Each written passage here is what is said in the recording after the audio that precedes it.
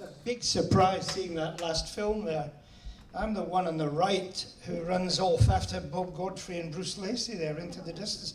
And that was Southend-on-Sea. Yes. My God, all those years ago. God, thank you very much. Haven't seen that since I was a boy. Yeah. Oh, long time ago, yes.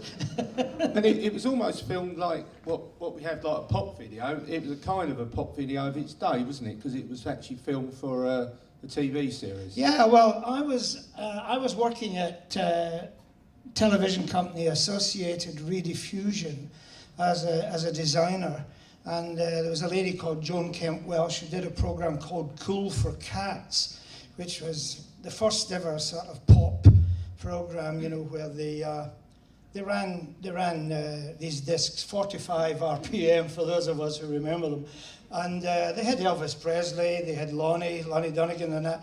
And she thought it was a good idea.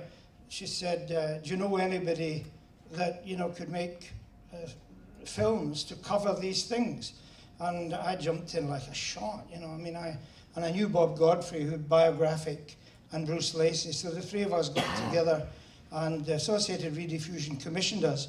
And we did 3 or 4 of those. There was The Hanging Tree, and there was other films that we did. And it gave me the first chance I ever really had to, not direct a film, but to work in a group like you saw there. That was Southend-on-Sea, and the mud was atomic. We found out later, they said, well, you mustn't go in there. We said, it's too late. And you see what's happened to me. I'm still alive, thank goodness. Anyway, and so is Bruce, incidentally. But that taught me a lot. And then from that moment, I was working at Rediffusion as a designer, and I left because I thought I was watching a lot of stuff on television, and I thought of it, and I said, I can make just as much a mess of the films as all those directors, because I'm so old that at that time there was no background. You see, the BBC had television, and that was the only company that had television. And they'd had television since the 1930s. And then commercial television started in '55. And so what happened was, I was terribly lucky. I mean, young people today, I just feel so sorry for them, because I was working, I came out of art school, and there was these things in newspapers and stuck all over places saying, commercial television will be starting, and we're looking for people who have experience in designing, illustration, anything like that, because the BBC, had the television. So all the BBC television producers went to ITV for 3 times the money. And we were all just straight out of art school and straight into these jobs. It's a very funny, do I have time to, a very quick story. I went into this place, we're talking about 1955, and this is money. I went into this place, and I just finished at art school, and I'd been offered a job as a teacher at £300 a year, which was good money, and a pension. That was it. And I was wondering whether or not to take it. I was wondering. And suddenly I saw this thing saying wanted designers and people who had art school experience for commercial television. And I went along to ATV, Associated Television, which was run by Sir Lou Grade at that time. And I met this guy called Richard Greenough, who was head of department. He said, we don't have anybody. We don't have any designers, any graphic designers, set designers. Let me see your work. So I showed him the stuff I had done at art school. And he looked at it and he said, we can offer you a job here. Can you start immediately? I said, yeah. It was during the summer, and I was wondering whether to become a school teacher. And he said, yeah. He said, we'll offer you a job starting on Monday. I said, right. He said, 850 a year. And I went, now I couldn't work it out. I was 850 divided by 52. I thought that's how, and he said, oh, right, 1,000. Absolutely true. And that was it. And so I got a job in ATV, and I worked in ATV doing graphic design. and I wandered around from company to company. It was so easy in those days. You go to another company for a different sort of job, and eventually I got a job at ABC Television as a trainee director for less money than I was getting as a designer.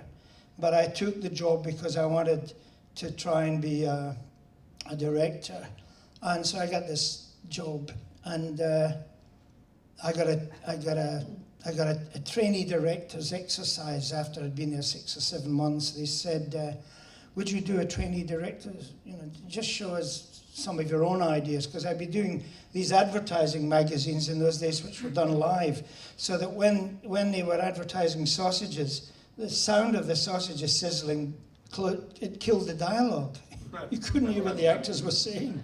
They said, this is a shh, very good sausage walls. So I said, okay, I'll come up with an idea, and I knew Dudley Moore. This was before Dudley had done, Beyond the Fringe. And I knew Dudley as a friend, and I said to Dudley, they want me to do a sort of trainee director's exercise. Would you help me? He said, yeah, sure. So he brought along his trio, and indeed I got Bruce Lacey, and I got Bob Godfrey. And Bob Godfrey did a cartoon for me. Bruce Lacey did his usual eccentric stuff, and I was directing, and Dudley brought a trio along and sang some songs to Bob Godfrey's animation, and they loved it. And so I got the job as a director, and I managed to get back up to 1,000 a year. Years later, when I went to the BBC, working at the BBC, they said to me, after I'd been there doing with Michael Bentine and Spike Milligan, directing with them, which was a dream come true, they said, you got any original ideas? I said, yeah. I said, I want to do a show with Dudley Moore. Now, by this time, Dudley was famous beyond the fringe. So I phoned Dudley up and I said, would you come back? And he said, what do you want me to do? I said, just come back and do the trainee exercise. He said, will I get paid this time? And he did, and he brought back Peter Cook, and that was not only, but also. And that BAFTAs just flowed, everything just came, and what I'm saying tonight is I really feel sorry for young people. It seemed so easy in those days, and I have children, and I know what it's like. I just think that I'm not going to be political. Sorry. Let's talk about Magic Christian. Let's moving on to Magic Christian. So I believe it was a very personal project to Peter Sellers. It's something he'd wanted to make for a long time. Yeah. Did he come to you, or was it something you? Yes, he did. He did a guest spot with me, and I'd known Peter for years. Fell in love with him, fell out of love with him, fell in love with him, like everybody did with Peter. He was the nicest and the worst and the best. And even now, I look back and he was one of the greatest comedians I've ever worked with. When you watched Sellers and you were directing, you didn't notice what he was doing. It was only afterwards when you were watching rushes and you thought, God, this guy, he knows what he's doing. And that was it. I had read the Magic Christian, and Peter gave me a copy of it, and I said, I've read it. And he said, right, we're going to do it. And he raised the money. He raised the money for the film, and it was completely his project. And I think he's marvellous in it. Did you like him in it? Those of you who know the Goon Show, there's a character in the Goon Show called Bloodknock, which is Major Bloodknock. Yes, I must lay off the curry. I've had enough. Goodness, what, the girl? No, officer, I'm sure the girl was more than 16. And that's the character he plays as Guy Grant, but he's smoothed it all out, and it's all rather elegant. And I said to him, it's Bloodknock. He said, don't tell anybody. But now that he's not here, I can tell you. So Peter wanted you to direct it. So how closely did you mould? Because I know you was one of the writers on the film. The what? One of the script writers on. Yes, yeah. Terry and I wrote the original script, and Peter and John Cleese and Graham Chapman contributed to it. But Terry and I did the major work. Yeah. So was it a long process? Because I mean, it for the time, it was quite. Must have been quite a controversial film. Yes, I mean, it is controversial, and actually, I think actually it was better to see it with you tonight. And somehow or other, looking at it tonight,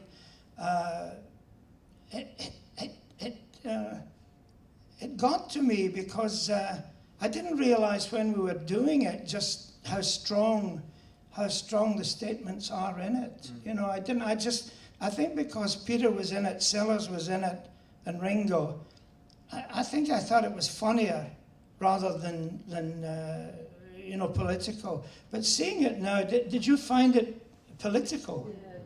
Yeah, I mean, it got to me tonight in that way, and I haven't seen it for years. I really haven't seen it for years. My wife, who's with me, was set dresser on it, and she knows the secret of what was put in the excrement tank. And there's a good story that I know you were going to ask me, but I've led to it. You know, there's a great story, but the movie is about not what people will do anything for money, but money. You know, you can get things done if you've got money. When we were actually shooting the film, and we got the excrement tank there, and that colour and the stuff in it, I won't tell you. My wife knows what's in it. I don't even know what's in it. Anyway, but it was there. And we got the extras, as you see. They're all city gents and bankers, and they're all there and all that sort of stuff. And the extras were there, and they had a meeting, and they came to us and they said, "This is disgusting. We will not, under any circumstances, go into that stuff." And so Peter said, "Let's offer them another £10 each." And they all said, yes. and they all dived in immediately. The ones that actually submerged in it, did they get £20?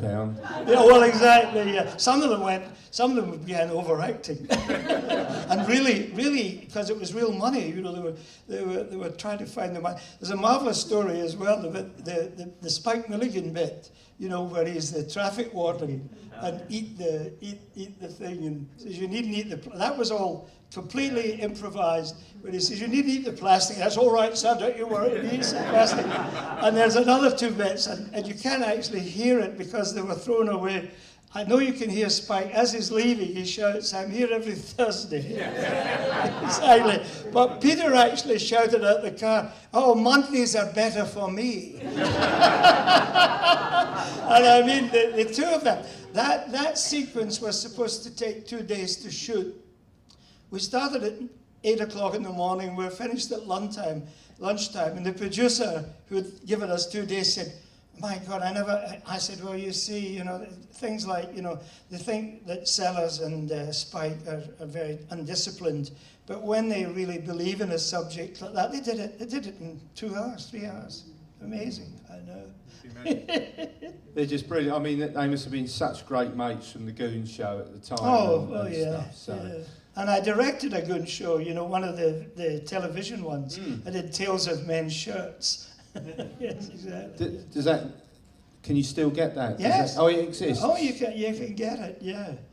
I mean, there's a Spike was funny after. Spike, I see these people, they are so clever. Like Eric Morecambe, these guys they're just genius. Spike, when he saw Magic Christian, he said it wasn't so much released as they allowed it to get free. Now you was telling me when we first met that Ringo wasn't the first choice for. No, Ringo. And I mean, I must tell you, the New York Times loved the film. They loved it. I have to say this because they said, you know, Peter Sellers is just wonderful, and Ringo is fine. And Ringo is fine in it. Ringo is okay in that. There's a marvelous ad lib in it that Ringo does where they're in Sotheby's, and he's cutting the ear out of the painting. And John Cleese, the very young John Cleese, says, you know, is that Rembrandt? He says, no, he says, not Rembrandt. He says, it's school of Rembrandt. And Ringo threw in, it's in the film, ad lib, Oh, St. Rembrandt's High.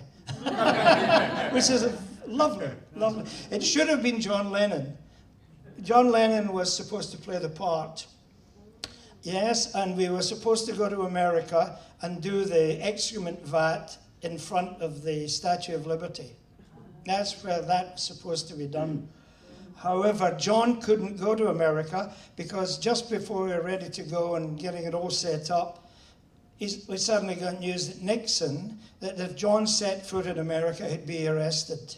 So he said, well, I don't think a film's worth that, Joe, do you? You know, I said, no, I don't think either, John. So Ringo said, I'll do it. And we said, oh my God, okay. But he was wonderful. He was great. And that's a true story. And John always said he was very sad that he couldn't do it, you know. But Ringo was fine. Ringo was great.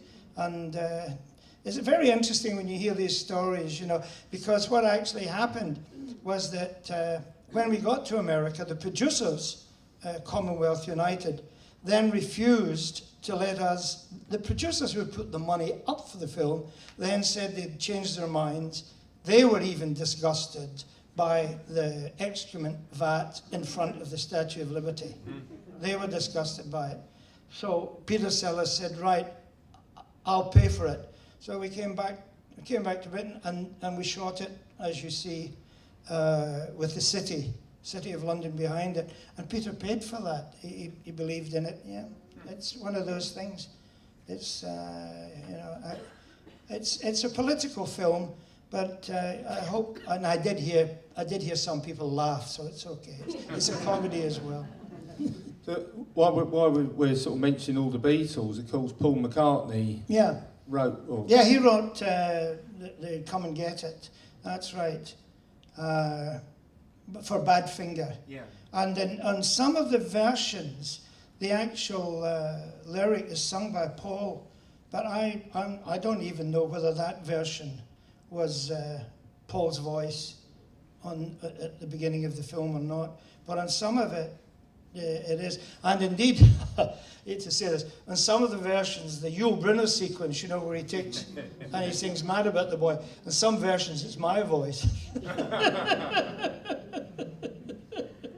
So, how did that come about? Was it for different well, yeah. countries? What happened was Yul was available. Well, Yul didn't do it for money, incidentally. You know, all the guest stars in the film did it for money, so it proved the truth of Guy Grant's attitude as well, that they do. But we said to Yul, how much money do you want? He says, I want a kitchen.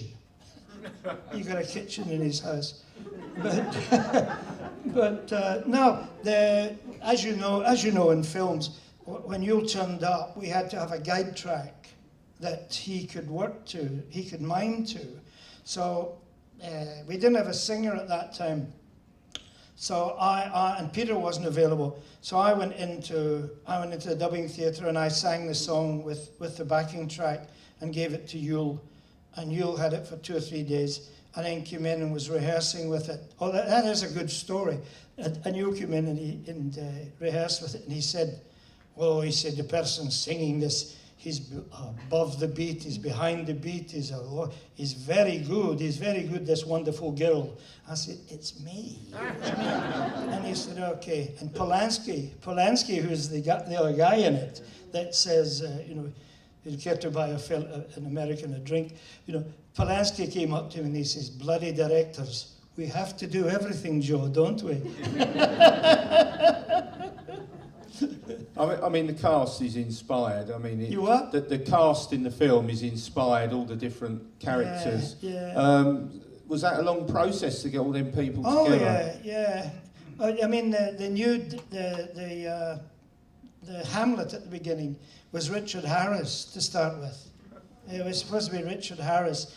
And then he backed out. He said he was frightened to do it. And Larry Harvey came along and said, I'll do it. Yeah. And Harvey was wonderful. Dudley Moore wasn't in there. Was he originally supposed to be in the film? No, Dudley was no. I think, I don't know what happened. I I think Dudley by that time was beginning to make films himself, you know. And I did, as you know, I did a film with Dudley called Cynthia, you know, 30 is a Dangerous Age, Cynthia, which was the film that I did after I was fired. I was fired off the Casino Royale, you know, which Peter Sellers was in, and Orson Welles. And you know, so, you know, I was fired off that, and one of the most marvellous things was Spike telephoned me, and he said, I hear you had a fight with Peter Sellers. I said, yeah, he hit me. He said, did you hit him back? I said, yes. He said, he's your friend for life. And he was, yeah. He said, he's your friend for life, I had to do it. It's amazing, isn't it? And Dudley, the marvellous story about Peter Cook was, he phoned me and he said, you've been fired off Casino Royale. I said, yeah. I can laugh about it now, you know, it was the end of the world at that time. I said, yeah, I've been fired off Casino Royale. And Peter Cook said, I thought you were a big fan of Peter Sellers. I said, no, I said, I am. I think he's marvellous. And Peter said, well, he said, I think this is the first instance ever, you know, of the fan hitting the shit. You're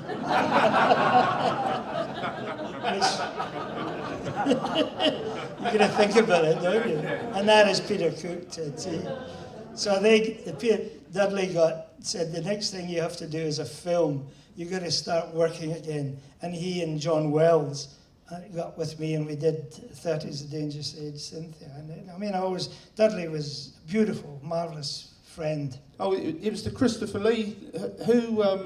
Whose idea was it to put Christopher Lee in as the vampire? Because I remember at that time of his career, he was sick of being cast as Dracula. I guess that's another money thing as well, that he threw enough. No, he was marvellous. You see, it's a very marvellous question. That's the first time. I mean, you bring it all back to me.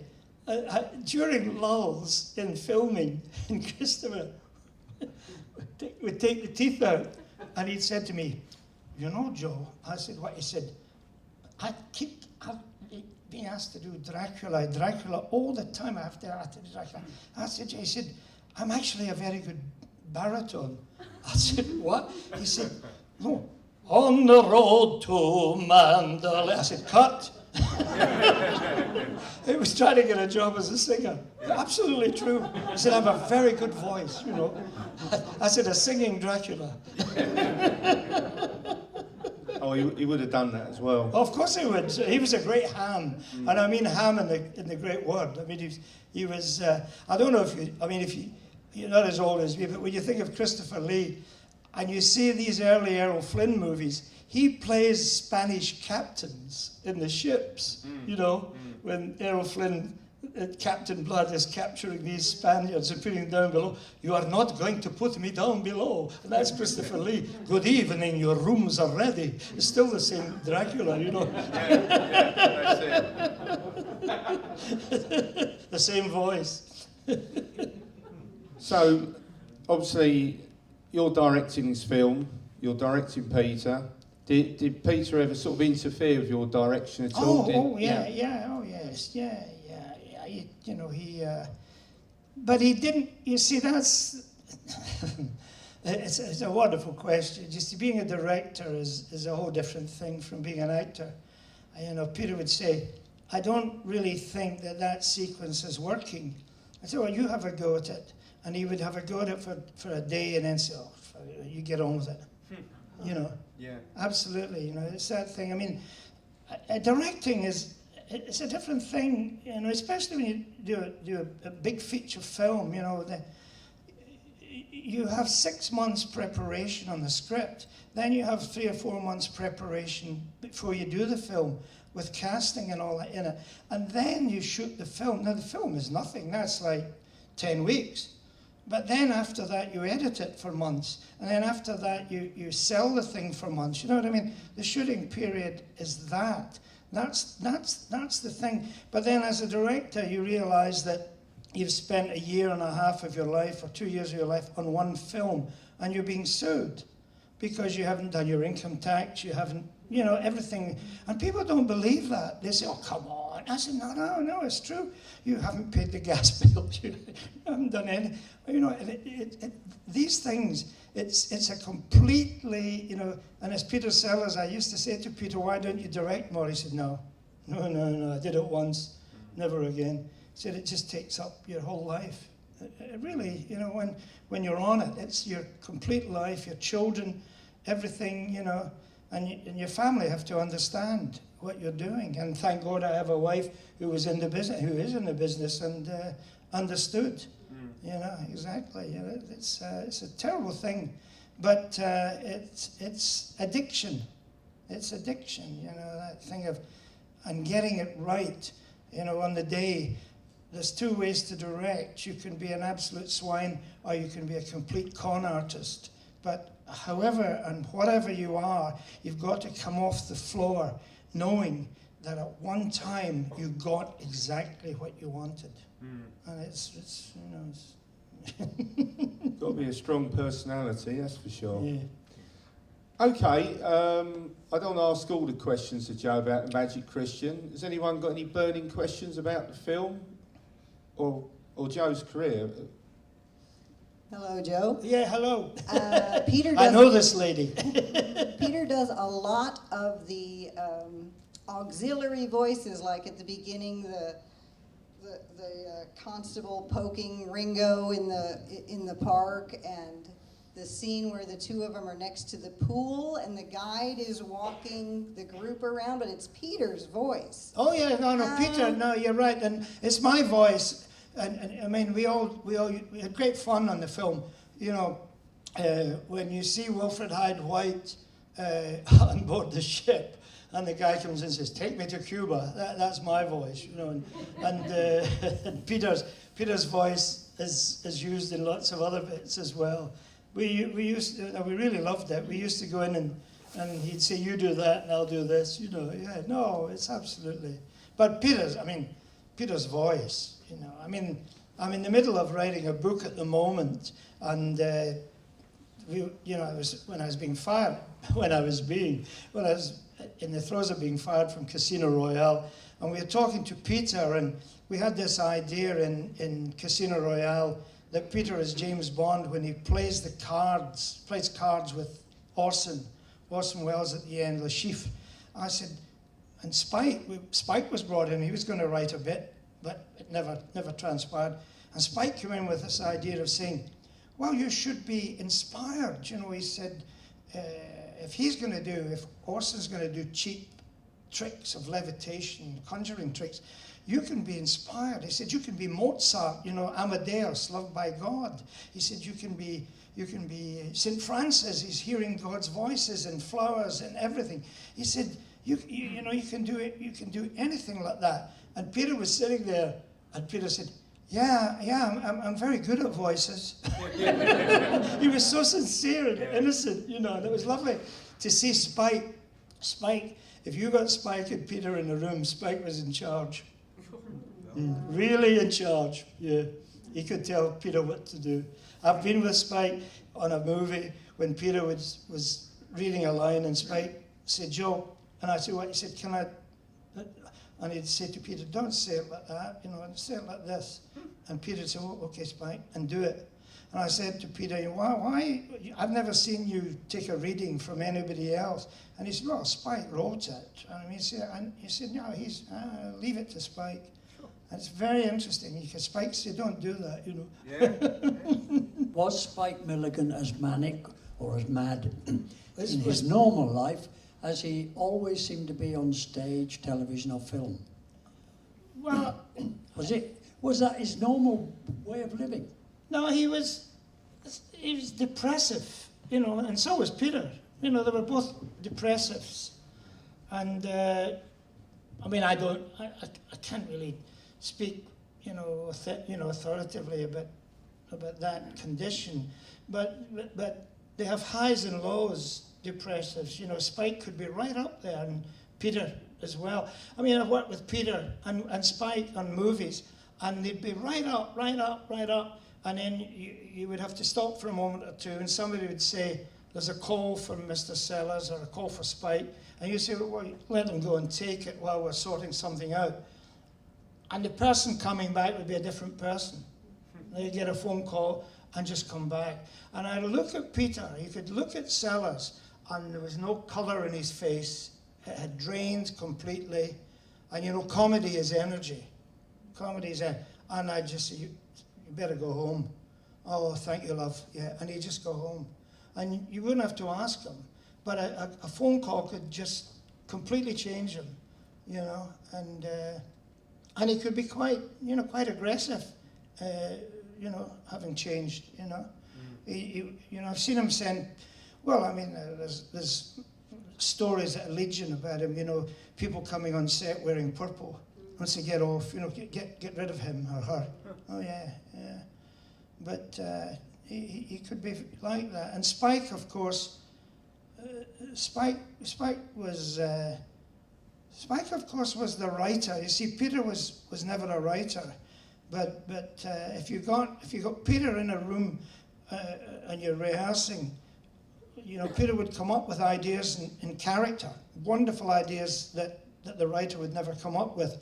But if you were working with him as a writer, after about half an hour or so, Peter would start looking at his watch and say, I must make a phone call. Whereas Milligan, as a writer, wouldn't. Milligan would sit there until he got something. Yeah. So just different things. But you would come in the morning and you wouldn't know who you were going to meet. It's as simple as that.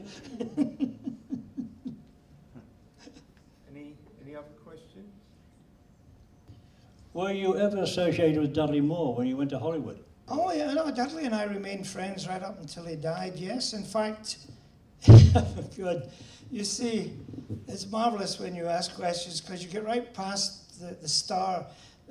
The last time I saw Dudley, he was in London and he telephoned and he wanted to see me. And I met up with him. And he said, we were up in Hampstead, and he said, we're going to have something to eat. I said, yeah, sure. We went, we had something to eat, and we finished there. We got up and he said, I've just come over from the LA, so I don't have any shirts or underwear, we better get some. So he went into this gentleman's shop, and the guy knew, oh, Mr. Moore, right, okay, yeah. And he said, I'd like some shirts. So he took measurements, and Dudley chose 3 shirts and some underpants and stuff and all that. Then, okay, there you are. He gave the guy his credit card. It didn't work. See? So he gives it back to Dudley. Dudley gets another one, gives him it. It doesn't work. He says, God, she stopped my credit card. And I said, what? He said, could you? I said, yeah, right. So I got mine out. You said to the guy, and it worked. I got that back. So, and he got the shirts, so I paid for the shirts. And he said to the guy, he said, it's like being out with the Queen Mother, isn't it? I got my money back.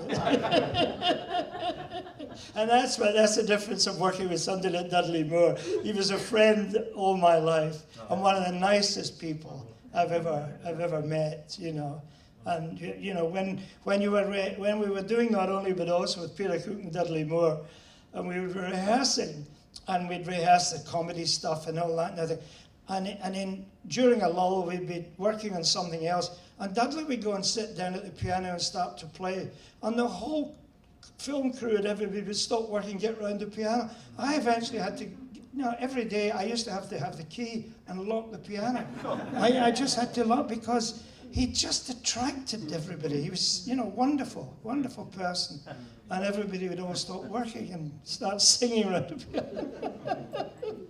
He started off as organist at Ilford Parish Church, apparently. What? He started off as an organist at Ilford Parish Church. That's right. And I used to, do you know, I went twice to have Sunday lunch with him and his mother. Yeah. Dudley, right up until very late on in his life, he used to, when his mum was still alive, he went back home to Dagenham and, you know, and had Sunday lunch. And I had Sunday lunch twice with him there, and he used to go back. And he was a very, very ordinary, marvellous guy, and a great sense of humour. And in those sketches, you know, they're Not Only But Also sketches, where you see him dribbling into his beer with laughter. It really is, you know. He just completely. And Peter Cook, very funny. The film I saw here last night, the most wonderful film called Blancanieves, the Snow White, Spanish Snow White, Blancanieves, which was about bullfighting, matador. It's a woman matador. And Dudley used to say that to me. He used to say, "Oh my God," he said, "when I get into those two-handers with Pete," he said, "it's like a bullfighter. He's there, he's like a matador, and he's just screwing me and skewing." And he said, "I can't help it. I'm just going to start laughing." Tanya, you had a question for Joe. Give her the mic, yeah. No, my father actually worked with you on The Great McGonagall. Oh, what? I think he was second unit or something on it. Yeah. And But your name? Ian. My name's Tanya Franks, and his name is Ian Franks. Oh, of course, yeah. And I didn't think that we were able to afford a second unit. I mean, I don't know if it was second unit or what he did on it, but anyway. And but I remember him saying, working with Peter Sellers and Spike Milligan. And, and the Great McGonagall, yeah. And he used to say how much fun they were. Oh, yeah. But I just wondered, sort of, did you ever feel, with the two of them working together, and like you said, Peter used to listen to Spike a lot. Yeah. Did you ever feel that they ever ganged up on you or not together? Or No. It was always very much a sort of a nice group thing. Yeah, no, Yeah. I don't know. If you had Spike there, well, I mean, it's not exactly answering that question, but you know, doing the Goon Show, we did the television Goon Show, Tales of Men's Shirts. Now, if you had Harry Seacombe there, they just were like children to Harry, because Harry was so good-natured and kind and able to. I mean, I remember I was trying to get Peter to do something and Spike to do something, and they kept shouting it. "No, we want more of the old brandy there," because he used to have a glass of brandy during the Goon Show, you know. And this was video. "No, we want the old brandy." And I was saying, "No, we don't have any brandy yet. Let's wait till we do this. Let's wait till we do that. Then we'll all have some brandy, you know." And we do that. And Harry came up to me during a lull in proceedings, and he tapped me on the forehead, and he said, "Joe, it must be hell in there." And that was Harry. He was so kind, you know. Well, I think I'm going to leave it there, because I don't want to wear Joe out too much, but I'm sure if you've got any more questions... I must have bored you. Yeah, God almighty. Well, if you've got any more questions and you buy him wine, I think white wine's his drink of choice. He'll carry on talking to you outside. But for now, Joe, thank you so much for coming. Thank you.